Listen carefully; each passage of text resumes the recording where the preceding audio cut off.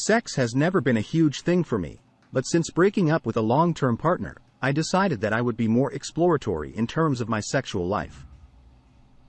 I've met a new lady and have had sex a few times.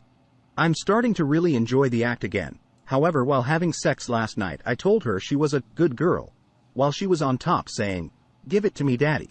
She immediately got off me and freaked out saying, "Don't ever call me a good girl." I asked her why. It was just something I said in the heat of the moment and she promptly left. I've tried calling her but she is ignoring me and won't reply to my messages that she is reading. It's not something we spoke about before.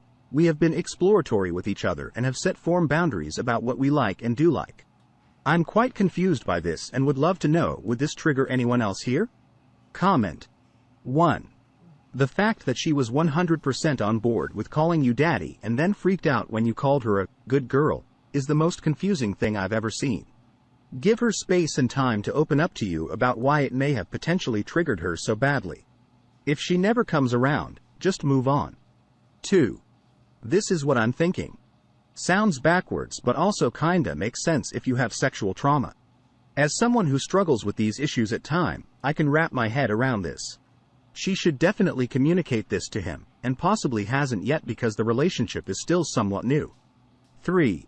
Her reaction is so unreasonable that I would consider it a huge red flag and probably just move on now.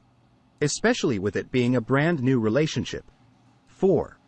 But usually daddy is more objectionable than good girl. It's understandable that good girl is okay, but daddy is too much. She went straight to daddy, but the lesser good girl wasn't okay.